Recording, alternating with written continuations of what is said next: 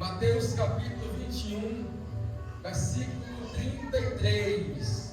Quem for achando, por favor, fique de pé apenas mais esta vez, para nós fazermos a leitura, e logo após você pode sentar glorificando a Deus para passar alguns minutinhos aqui, meditando e ouvindo a palavra do Senhor. Mateus capítulo 21, versículo 33, quem achou, diga amém. Diz assim a palavra do Senhor: atentai noutra parábola. Havia um homem, dono de casa, que plantou uma vinha, cercou-se de uma sede, construiu nela um lagar, edificou-lhe uma torre e arrendou-a a uns lavradores.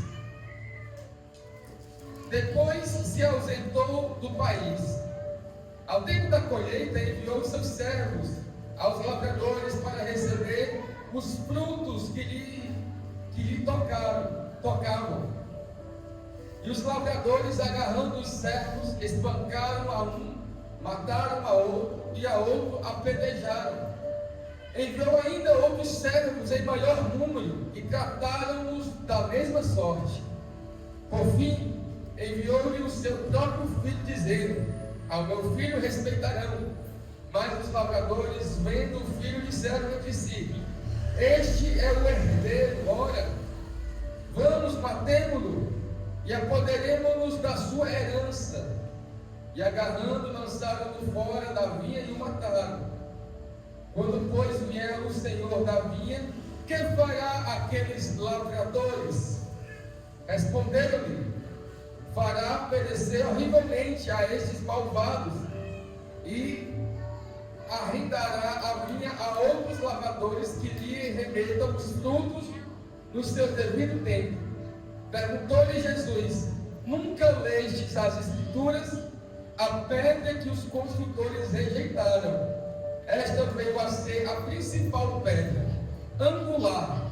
Isto procede do Senhor, e é maravilhoso aos nossos olhos. Portanto vos digo que o reino de Deus vos será tirado e será entregue a um povo que lhe produza os respectivos frutos. Todo o que cair sobre esta pedra ficará em pedaços, e aquele sobre quem ela cair ficará reduzido a pó. Os principais sacerdotes e os fariseus, ouvindo estas parábolas, entenderam que era a respeito deles que Jesus falava.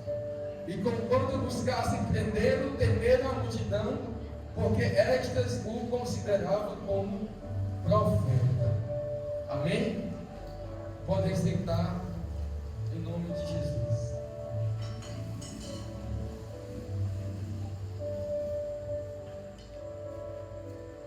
Glórias a Deus. Eu tenho um tema para essa mensagem.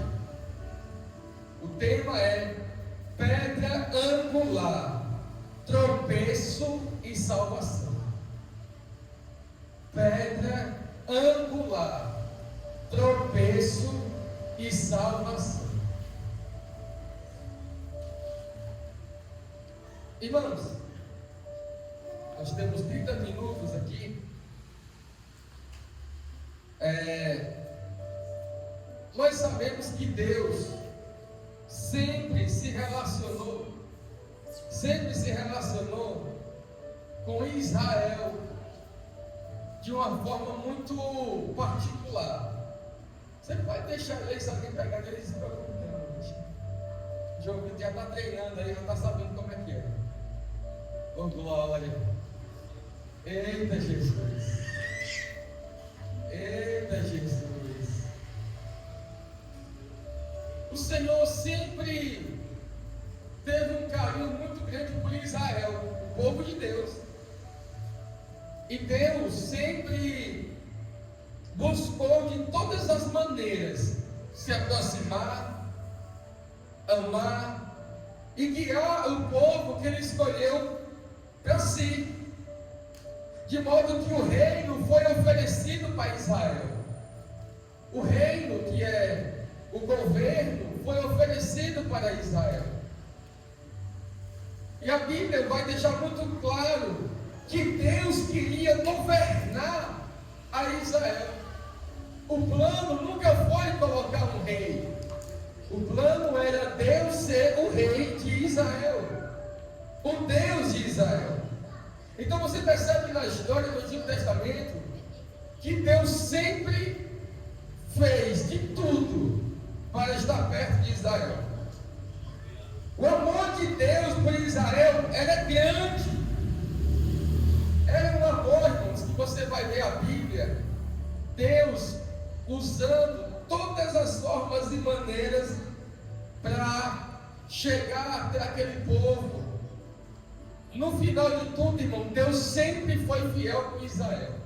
Então você vai perceber que Deus queria governar Israel, Deus tinha um amor grande por Israel e Deus era fiel com Israel. Amém?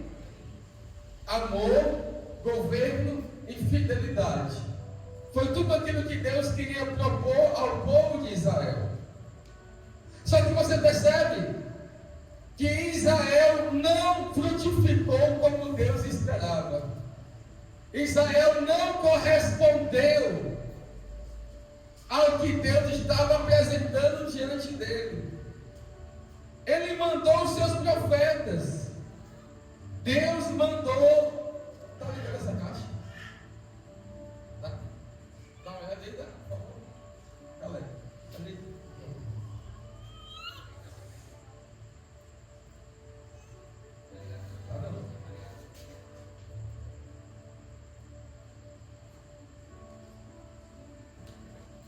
Som. Oi, vai cantar. Deus sempre mandou os seus profetas para poder falar com Israel. Sim ou não? Assim como com a gente, irmão. O Senhor sempre manda alguém até nós para falar com cada um de nós. Isso é característica de Deus. Então Deus mandou os seus profetas. Ele insistiu por milênios. Deus insistiu com Israel de uma forma grande. Só que quando você vai ver o que acontece na história, é que Israel desprezou. Preste atenção, irmão. Deixa aí o Aleph aí andando aí. Preste atenção, irmão. Preciso que você olhe e absorva a mensagem. Eu estou falando de um Deus que sempre teve o interesse de ter Israel perto dele. Existe um capítulo da Bíblia que quando eu li, uma vez eu li, e eu fiquei muito assim impressionado com o que Deus falava, da forma que Deus queria um relacionamento com Israel. Jeremias capítulo 2. Jeremias capítulo 2. Abre sua Bíblia em Jeremias capítulo 2. Abre sua Bíblia em Jeremias capítulo 2. Escute o que o Senhor falou com o povo. Aqui na minha Bíblia tem o amor de Deus e a rebeldia do povo. Na sua deve ter algo parecido assim também. O amor de Deus e a rebeldia do povo. Eu vou ler aqui alguns versículos, mas se a gente fosse ler o capítulo todo, deixa eu ver quantos versículos tem. 37. Olha só o que Deus está falando para o povo que ele queria estar perto. Versículo 1, capítulo 2 de Jeremias. A mim me veio a palavra do Senhor dizendo: vai, clama aos ouvidos de Jerusalém. Assim diz o Senhor: lembra-me de ti, da tua afeição quando eras jovem, do teu amor quando noiva, e de como me seguias no deserto, numa terra em que não se semeava. Então Israel era consagrado ao Senhor, e eram as primícias da sua colheita. Todos os que devoravam se faziam culpados, o mal vinha sobre eles, diz o Senhor. Ouvi a palavra do Senhor, casa de Jacó, e todas as famílias da casa de Israel. Assim diz o Senhor: que injustiça acharam os vossos pais em mim, para que se de mim afastassem, indo após a nulidade dos ídolos, e se tornando nulo eles mesmos. E se perguntarem: onde está o Senhor que nos fez subir da terra do Egito, que nos guiou através do deserto, por uma terra de ermo, e por covas, por uma terra de sequidão e sombra de morte, por uma terra que ninguém transitava e na qual não morava homem algum. Eu vos introduzi numa terra fértil, para que comesse do fruto e o seu bem, mas depois de teres entrado nela, vós a contaminastes, e da minha herança fizeste abominação. Os sacerdotes não disseram: onde está o Senhor? E os que tratavam da lei não me conheceram. Os pastores prevaricaram contra mim. Os profetas profetizaram por Baal e andaram atrás de coisas que não têm proveito. Portanto, ainda pleitearei convosco, diz o Senhor, e até com os filhos de vossos filhos pleitearei. Passai as terras do mar de Chipre e vede. Mandai mensageiros a Quedar, e atentai bem, e vede que jamais sucedeu coisa semelhante. Houve alguma nação que trocasse os seus deuses, postos que não eram deuses? Todavia meu povo trocou a sua glória por aquilo que não tem nenhum proveito. Espantai-vos, diz aos céus, e horrorizai-vos. Ficai estupefatos, diz o Senhor, porque dois males cometeu meu povo. A mim me deixaram um manancial de águas vivas, e cavaram cisternas outras que não têm água. Acaso é Israel escravo ou servo nascido em casa? Porque pois veio a ser presa, os leões vos rugiram contra ele, levantaram a voz na terra dele, fizeram uma assolação. As suas cidades estão queimadas e não há quem nelas habite. Até os filhos de Mênfis e de Táfnis te passaram o alto da cabeça. Acaso com tudo isso não te sucedeu por haveres deixado o Senhor teu Deus, quando te guiava pelo caminho? Agora, pois, que lucros terás indo ao Egito para beber das águas do Nilo, e indo até a Síria para beber águas do Eufrate? A tua malícia te castigará, as tuas infidelidades te repreenderão. Sabe, pois, e vê que mal e quão amargo é deixares o Senhor teu Deus, e não teres temor de mim. Assim diz o Senhor dos Exércitos. Se você ler o capítulo 2 de Jeremias, irmãos, é algo assim para você chorar. Deu para entender? A minha leitura foi boa? A minha voz saiu boa aí para você? É Deus perguntando: por que vocês deixaram um manancial de águas vivas por uma cacimba que não tem nem água? Israel, irmão, foi um povo que rejeitou a mensagem, os profetas, o amor e a fidelidade de Deus. Israel, irmão, deixou totalmente Deus decepcionado, porque o Senhor amava a Israel. Quando eu vou falar uma coisa aqui que eu não vou conseguir explicar, até porque para mim é até complexo, mas eu pensava, e aqueles que gostam de teologia talvez vão entender o que eu estou falando. Eu pensava que Deus ainda tinha um plano para Israel. Eu pensava que, em uma das visões teológicas que a gente estuda, Jesus ia arrebatar a sua igreja, Jesus ia trazer a sua noiva, e eu pensava que Deus ainda tinha um plano específico e separado para com Israel. Mas eu já não penso mais assim. Eu já não vejo mais na Bíblia o Senhor prometendo absolutamente nada para Israel depois do estabelecimento da igreja. A igreja substituiu Israel, porque Deus não tem dois povos, Deus só tem um povo. E agora este povo que Ele tem não é mais pela região que eles moram, ou seja, Jerusalém, mas é por causa da fé que eles professam. Então, eu não posso dizer que Deus ama Jerusalém, Israel, o povo judeu, e Deus ama a igreja. Porque se a igreja agora é povo de Deus, Israel, os judeus precisam confessar Jesus como Salvador para se tornarem igreja. Sem Jesus, ninguém vai ter salvação. Sem Jesus, ninguém se transforma em igreja. Sem Jesus, ninguém tem acesso ao céu. É por isso que a atitude do irmão João agora na reconciliação, na aceitação a Cristo aqui publicamente, a partir de hoje, agora, diante da igreja, Ele é igreja. também. Ele também faz parte da igreja. E logo, logo, irmãos, preocupe não, nós vamos fazer o nosso batismo. Primeiro batismo do ministério, algumas pessoas irão se batizar. E isso é a imersão no reino de Deus. Então, eu não vejo mais o Senhor com plano para Israel, porque Israel desprezou a mensagem e Israel rejeitou o Filho de Deus. A parábola que Jesus está contando é Deus que arrendou aos trabalhadores, que é o povo de Israel, o judeu, a sua terra. Ele deu tudo para Israel. E quando o Senhor mandou os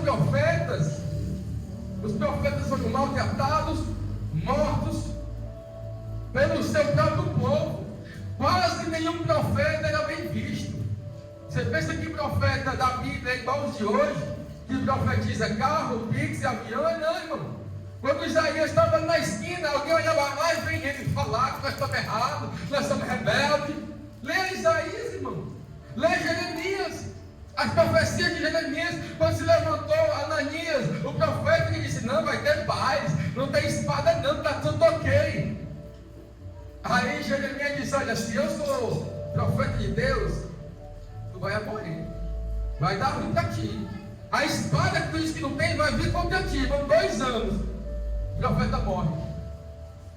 Os profetas do Antigo Testamento não tinham a popularidade da atualidade, porque eles vinham com a palavra de julgamento, de juízo para o povo que era rebelde.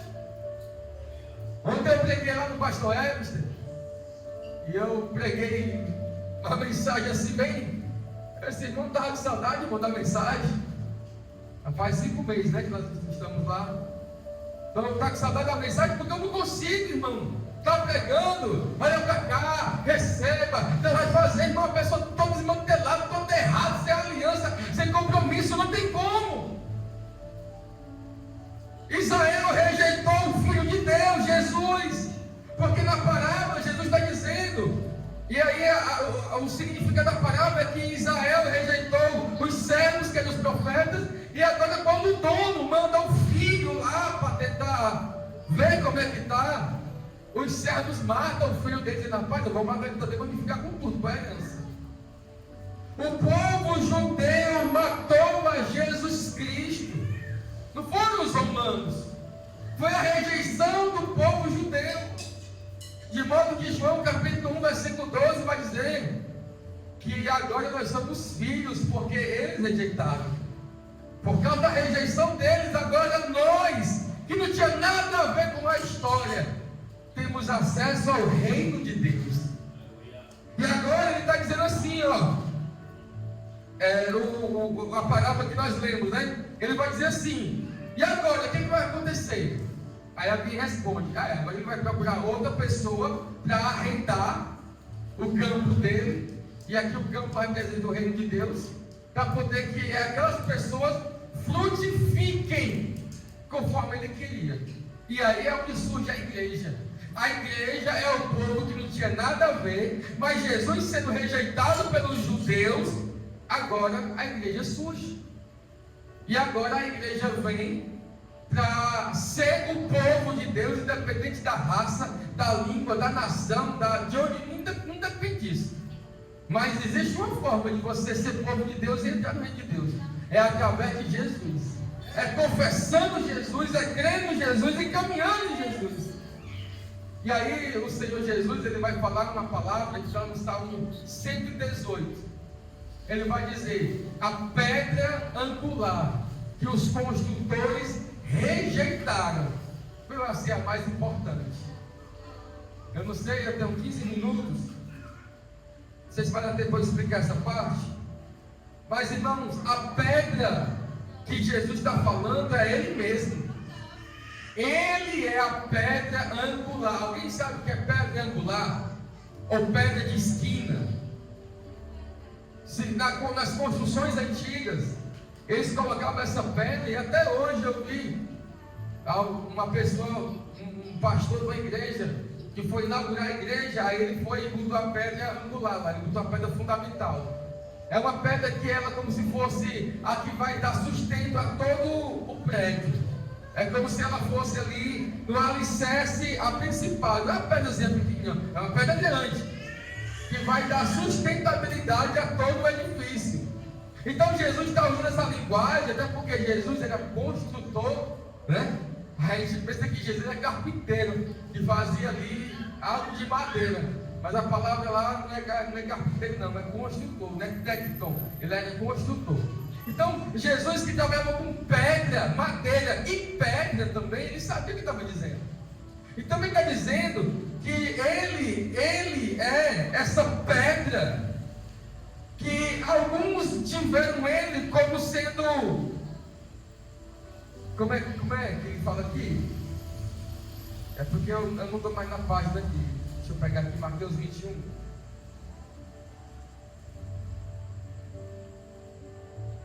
A pedra que os construtores rejeitaram vai ser a principal pedra angular. Isso procede do Senhor e é maravilhoso aos nossos olhos. Ou seja, a pedra principal, ele é a pedra principal que foi rejeitada, que foi descartada.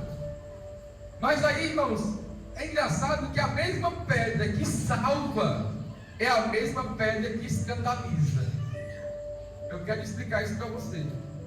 O que Jesus fez na sua vida? É uma pergunta. Vamos aqui só para a gente, não está gravando, mas só para a gente aqui. Olha para mim, preste atenção no que eu estou dizendo. O mesmo Jesus que salva uma pessoa pode escandalizá-la também. O mesmo Jesus. Para alguns, Jesus é salvação. Para outros, Jesus é escândalo. Como é que pode? Jesus é salvação, Jesus é escândalo. Porque para Israel, Jesus é escândalo. Porque eles não viram ele como Salvador. Porque as palavras de Jesus eram agressivas aos ouvidos daquele povo. Logo aquele povo olhava Jesus e dizia que ele era um escândalo. Alguém pode vir para a igreja, mas pode chegar um tempo que a gente diz, rapaz, eu acho que eu não vou permanecer mais não, porque as palavras, o que ele pede para mim, irmão, está me escandalizando, ou seja, está exigindo muito de mim. Você já pensou isso? Que às vezes o que Jesus pede, você pode pensar que ele está exigindo muito de você. O que Jesus pede rasga o seu coração, rasga a sua compreensão. Então, para alguns, Jesus é escândalo. Quais são esses que Jesus é escândalo? Aqueles que não amam a sua palavra e não querem viver conforme ela diz. Existe um versículo que eu não entendia lá em Apocalipse, e que depois eu comecei a pensar, irmãos. O Senhor diz assim em Apocalipse: quem está limpo, se limpe mais. E quem está sujo? Você já entendeu esse versículo? Que coisa estranha, né? Quem está limpo, se limpe. Aí vai ser assim. E quem está sujo, tenta se limpar também. Não é para ser assim? Mas não, irmão. Quem está limpo, se limpe. E quem está sujo, ele manda se sujar mais. Por que ele fala isso? Porque Jesus, irmão, enquanto para uns Jesus é prazer, para outros Jesus é prejuízo. Como é que Jesus pode ser prejuízo para alguém? Quando essa pessoa, ela não deseja caminhar nos passos de Jesus, ela não ama a sua vida e a sua palavra, logo ela olha para a palavra, para a igreja, para as coisas de Deus, não como algo positivo, mas como algo negativo. Jesus está me impedindo de viver. Jesus está mandando fazer coisa demais. Jesus está ocupando meu tempo 24 horas. Jesus está me fazendo dizer e ser uma coisa que eu não estou conseguindo, que eu não sou. Para alguns, Jesus chega a ser escândalo, porque o coração deles ama o pecado. O coração do povo ama a imundícia. O coração do povo ama aquilo que não glorifica Ele. Logo, Jesus é empecilho para esses. Jesus é empecilho para quem quer viver no pecado. Mas eu não vou mais para a igreja não, porque toda vez que eu vou, o pastor só prega lenhada. Eu quero viver errado e a palavra vai bater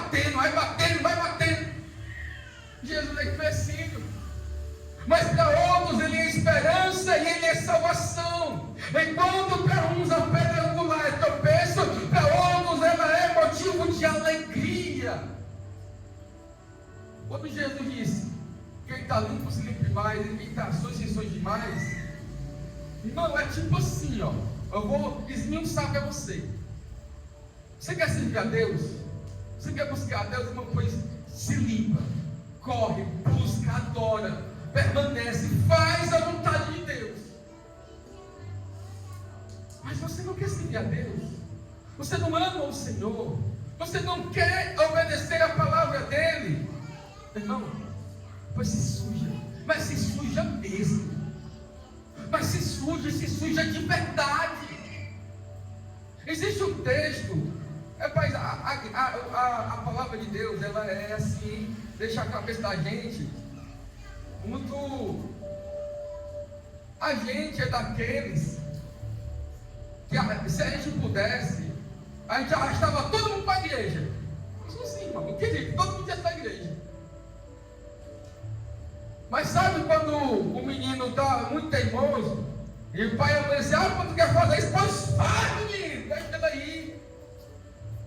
Depois tu vai, mas tu vai cair. Não é assim? Irmãos, abre comigo Romanos capítulo 1.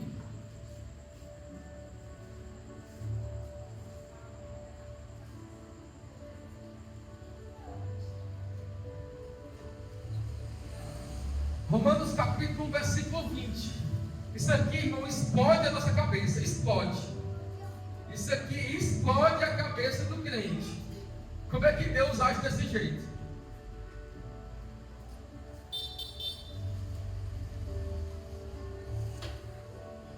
Eu vou ler pausadamente para você entender. Romanos capítulo 1, versículo 20. Porque os atributos invisíveis de Deus, assim o seu eterno poder, como também a sua própria divindade, claramente se reconhece desde o princípio do mundo, sendo percebido por meio das coisas que foram criadas. Tais homens são, por isso, indesculpáveis. Ninguém pode dar desculpa que não conhece Deus. Deus se revela por meio da sua criação. Porquanto, tendo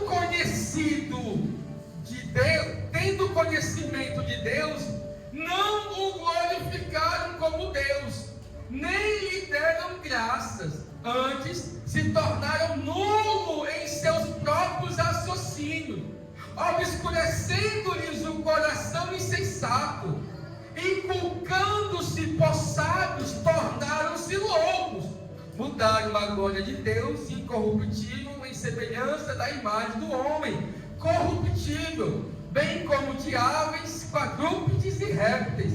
Por isso, versículo 24, por isso Deus os entregou, tais homens, às imundícias, pelas concupiscências do seu próprio coração, para desonrar o seu corpo entre si, pois eles mudaram a verdade de Deus em mentira, adoraram e serviram a criatura em lugar do Criador, o qual é bendito eternamente. Amém. Versículo 26. Por causa disso, os entregou Deus às paixões infames. E aí você vai lendo todo o contexto. Sabe o que é isso, irmão? Deus não tem ninguém por coitadinho. Deus não tem ninguém por bichinho. Deus entregou esses homens à sua vontade. Tipo assim, você quer fazer isso mesmo? Você quer agradar a sua carne? Você quer trocar a adoração da criatura do Criador pela criatura? Você quer realmente viver no pecado? Pois eu, o Senhor, vou entregar vocês. É isso aqui. É Deus entregando o homem na sua própria loucura. E a gente quer colocar como se o ser humano e o homem fosse o bichinho, o coitadinho, o meninozinho. Não. Nós somos indesculpáveis, Alessandro. Não tem desculpa Bíblia pode dizer: eu não sabia, não me disseram, não me alertaram. Eu sabia. A criação clama, a criação mostra. Não é aquele versículo? Como é? Meu Deus, como é aquele versículo que não. Aí os céus proclamam a glória de Deus. Salmos, né? Salmos. É isso mesmo. Os céus anunciam o seu firmamento e mostram. Irmão, ninguém é indesculpável. Todo mundo é indesculpável. Por isso que o versículo que eu não entendia é Jesus dizendo: irmão, tu quer afundar? Pois está aí. Mas afunda de verdade. Mas tu quer santificar? Pois vem. Mas vem, santifica de verdade. Deus, Ele mostrou para Israel que queria governar eles não quiseram. Agora com a igreja é diferente. O Senhor entregou o seu filho e disse: olha, agora você tem a possibilidade de ser do reino ou não. Vai depender de você. Se você vai desejar entrar e caminhar e permanecer. A pedra salva e a pedra escandaliza. Para alguns, irmãos, Jesus é chato. Jesus é cansativo. Jesus é alguém que para muitas pessoas nos dias atuais é um assunto que já não está mais em pauta. Mas existe alguém ainda que está desejando viver e caminhar na presença do Senhor. Quando o Senhor disse que agora ele deu essa parábola, ele estava dando uma direta para os fariseus: vocês rejeitaram o reino, mas existe um povo que eu vou chamar, um povo que não era, um povo que não tinha, um povo que nunca foi chamado, mas agora eu vou chamar para ser meu. O reino foi passado para outro. Deus não se engancha com nada. Você pensa que o Senhor está chorando porque alguém está dizendo que não quer mais Ele? Não. O Senhor é soberano e continua no trono. E nós é que somos os seus servos. A igreja, irmãos, ela faz a diferença. Ela abraça, ela quer acolher, ela quer abraçar, ela quer puxar, ela quer fazer tudo, irmão. E esse é o nosso papel. Mas saiba que o reino de Deus é uma honra, é um privilégio servir a Deus. Eu não estou aqui, irmãos, por outro motivo, por dinheiro, porque alguém está obrigando, porque alguém está mandando. Irmão, não precisa. Eu estou aqui porque eu quero. Eu estou aqui porque eu desejo. Eu estou aqui porque o Senhor me chamou para assim fazer. E não interessa o que vai acontecer lá fora, o meu dia, a minha noite. Não interessa o que vai acontecer. Eu desejo servir e estar no reino pelo qual Ele me apresentou. E estando nesse reino, eu quero ser frutífero, eu quero ser útil, eu quero ser um servo, eu quero ser usado, porque o Senhor tirou de Israel e deu para mim e para você. Não se engane.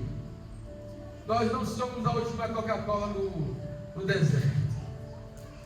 Se alguém não queira buscar ao Senhor, servir ao Senhor, Deus continuará a usar os seus profetas até a pessoa aí querendo retornar.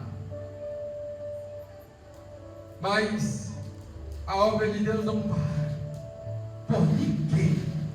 Morreu Moisés, chegou Josué. Morreu Josué, Deus botou o juiz. Morreu o juiz, ele botou o rei. Deu errado com Saul, botou Davi. Davi morreu, estava velho, chegou Salomão.